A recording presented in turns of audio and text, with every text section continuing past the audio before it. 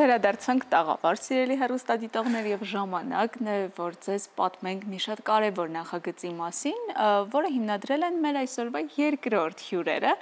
իսկ իրենց ակումբի մասին հետաքրքիր մանրամասներ եւս պատմելու են, խոսքը Try Club Երևանի մասին է, որը հիմնադրվել է 11 տարի առաջ արդեն 2014 թվականին, իսկ այն նախաձեռնությունը, նախագիծը, որի մասին խոսելու ենք ավելի մանրամասն, կոչվում է Mars IQ։ Իսկ ես շտապեմ ներկայացնել մեր հյուրերին։ Try Club Երևանի համահիմնադիր Mars IQ նախագծի ակտիվ անդամ Վահագն Թուխարյանը, բարի լույս, եւ Try Club Երևանի անդամ Mars IQ նախագծի համակարգող Հասմիկ Պետրոսյանը։ Բարի լույս։ Շնորհակալություն, որ առավոտը սկսում եք հենց մեզ հետ, եւ հետաքրքիր է, թե որն է եղել գլխավոր շարժառիթը, երբ ստեղծվեց Try Club Երևանը։ Try Club Երևանը ստեղծվել է, որպեսզի կարողանանք մարզվենք ավելի ակտիվ ու ավելի հետաքրքիր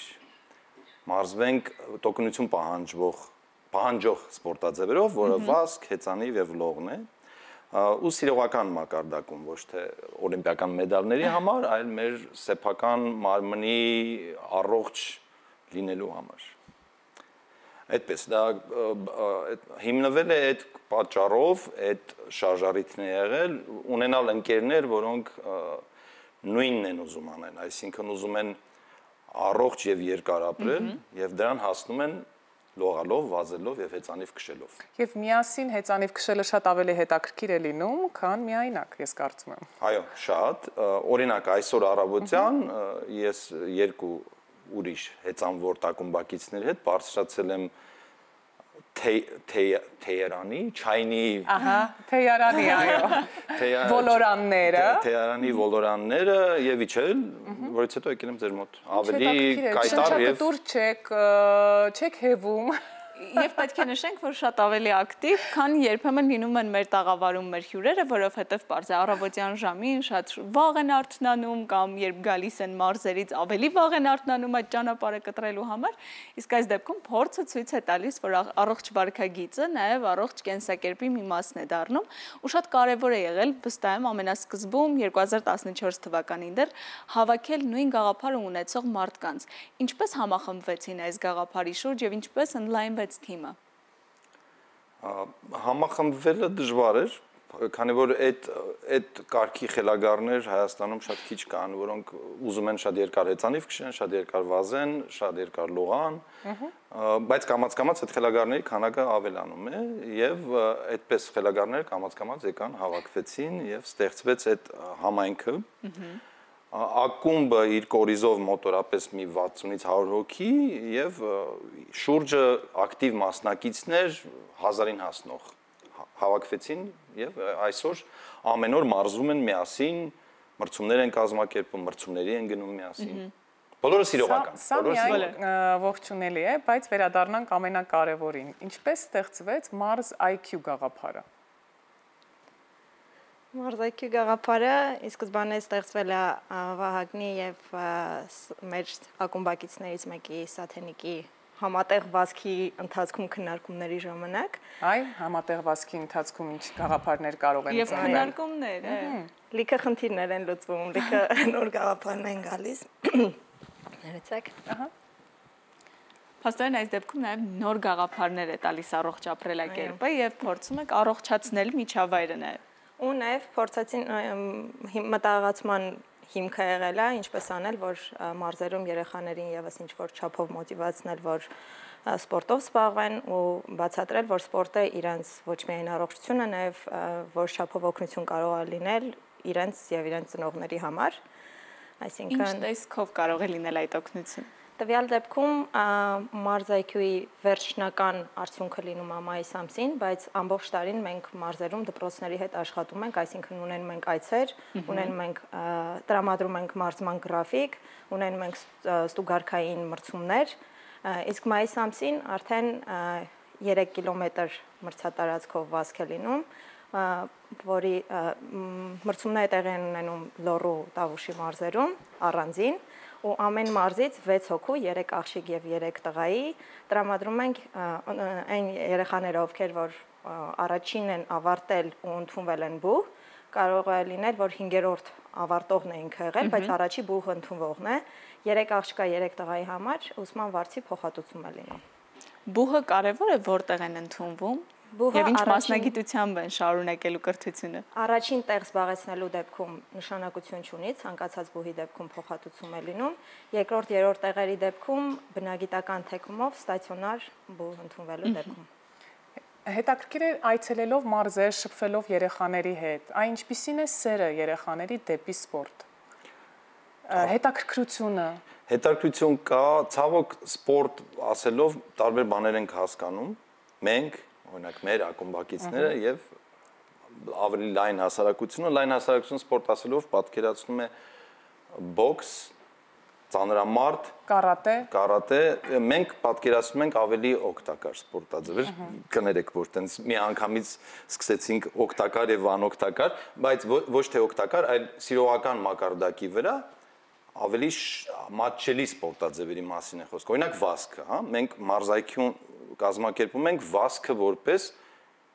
շարժիչ սպորտ օգտագործելով, այսինքն վազքի ակումբներ ենք խնդրում, որ դպրոցներում բացվեն, աջակցում ենք, որպեսզի կարողանան մարզվեն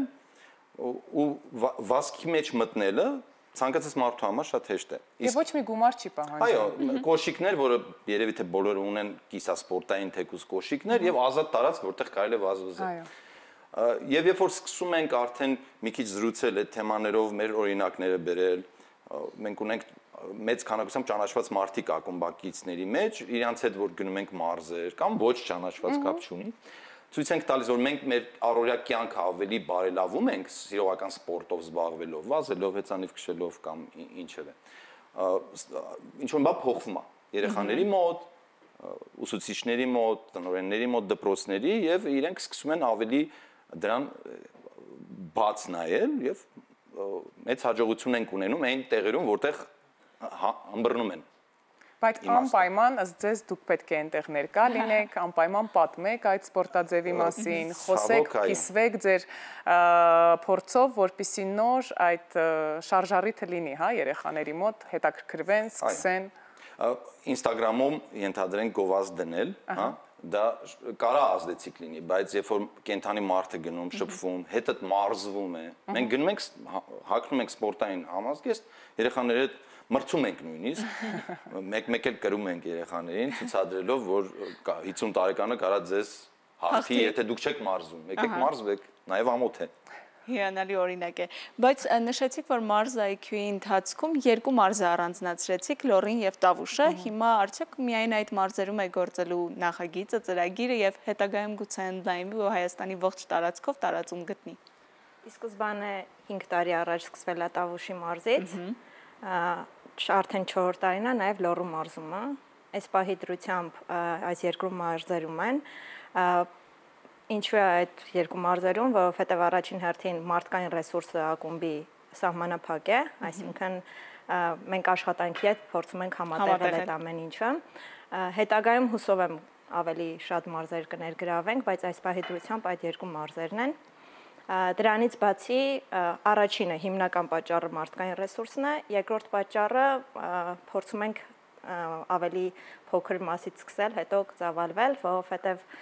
նախագիծը ունի նաև ոչ մի տեսակի ֆինանսավորում, այսինքն ոչ պետական ֆինանսավորում կա, ոչ ինչ-որ կողքից, չգիտեմ, տարբեր տեղերից ֆինանսավորում, դա ակումբակիցների կողմից է ֆինանսավորումը կազմակերպվում, այսինքն երբ որ երեխաները ընդունվում են բուհ, հենց տեղում մի 2 շաբաթվա ընթացքում ակումբակիցների միջոցով այդ գումարը հավաքվում է, որովհետև բոլորը աշխատող են ու բոլորը տարվա ընթացքում գիտեն, որ տենց բան է լինելու, արդեն ամեն մեկը իր համար գումար է առանձնացնում դրա համար։ Այսինքն մենք նաև ֆինանսական ռեսուրսի սահմանափակում որոշ չափով ունենք, դրա համար միանգամից, ասենք, բոլոր մարզերով չենք իրականացնում այս ամեն ինչը։ Իսկ նոր նախագծեր սպասենք Try Club Երևանից։ Իհարկե, Try Club Երևանը վազելու ընթացքում, լողալու ընթացքում ես համոզված եմ շատ մտքեր են ձեզ մոտ առաջանում։ Այո, իհարկե։ Ասում են, որ եռամարտը, triathlon-ը, որը մեր ակումբի հիմնական սպորտաձևն է նոր գոլֆն է։ Առաջ գոլֆով զբաղվող մարդիկ, երբ որ գոլֆ էին խաղում միասին, բիզնես պրոյեկտներ էին մշակում, արվեստի մեջ ինչ որ մի նոր բան եւ քննարկումներ էին։ Մեր մոտ այդպիսի քննարկումներ են լինում եւ ընտանիքներ են ծնվել ակումբում, բիզնես պրոյեկտներ են ծնվել, բազմաթիվ աջակցություններ են եղել տարբեր միջոցառումների։ Օրինակ Երևանի մարաթոնը արդեն 10-րդ տարին համակազմակերպվում է մեր ակումբի կողմից։ Սաբիջով Սևանը, որը եռամարտի մրցումներ են, հեծանվավազքի մրցումներ են, նույնպես ակումբի կողմից։ Եվ ակումբը տարեկան ունենում է մի քանի այդպես բաց եւ անվճար մրցումներ բոլորի համար, օրինակ Try for All, եռամարտ բոլորի համար սեպտեմբերի առաջի կիրակի օրը Սևանում, Կապուտակ Սևանի տարածքում, այդպիսի բաներ անդադ լինում են եւ նորանոր բաներ հայտնվում են, եթե կարամ թեթև գովազդանեմ, կարամ ասեմ, հետևեք մեր ակումբին եւ կտեսնեք նորություններ։ Շնորհակալություն։ Շնորհակալ ենք անչափ առավոտը մեզ հետ սկսելու համար եւ ձեր օրինակով մեզ էլ վարակելու։ Ոգևորվենք, չէ՞, այսպես եւ մենք առավոտյան շուտ արթնանալ, նախաճաշել։ Դա նշանակում է առավոտյան 4-ին արթնանալ, մանե։ Եթե մեզ պետք է ուրեմն վազքով զբաղվել եւ նախաճաշ առողջ պատրաստել, դա նշանակում է կարող ենք չքնել։ Կարելի է չքնել, բայց կարելի է լինել առողջ։ Շնորհակալ ենք եւ հուսանք, որ մեր հեռուստադիտողների թվում էլ կգտնվեն մարդիկ, որոնք գուցե ոչ այդ մարզերում են ապրում, բայց իրենց մարզում էլ իրենց փոքրիկ թիմը կձևավորեն եւ կմիանան ձեզ արդեն իրենց թիմով եւ կփորձեն իրենց ուժերը ձեզ հետ։ Իսկ հիմա սիրելի հեռուստադիտողներ, շարժվենք առաջ։